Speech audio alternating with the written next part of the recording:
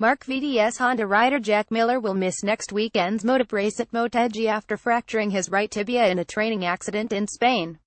The Australian suffered a fracture to the top of the tibia on his right leg when he put his foot down to save a crash while out training on his trials bike in Andorra last Friday. Miller, who is 12th in the MotoGP standings on 56 points after the first 14 rounds, was taken to the Hospital Universitari Dexius in Barcelona surgery, where 8 screws and a plate were inserted to fix the fracture.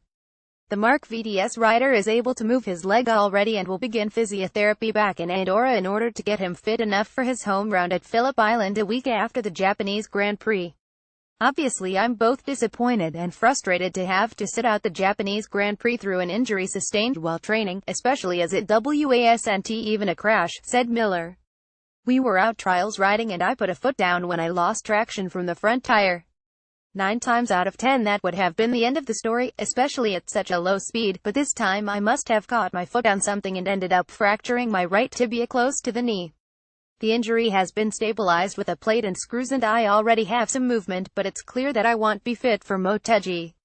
However, I am determined to be back on the bike at Phillip Island and that's what I'll be working towards now with the physiotherapist. Miller, who will move to the Pramac Ducati team next season, spent much of last year recovering from a double break in his right leg in a motocross training accident just prior to the beginning of pre-season testing.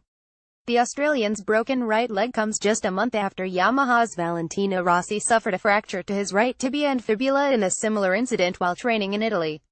The Italian missed his home race at Misano, but sensationally raced to 5th place at the Aragon Grand Prix just 23 days after sustaining the injury.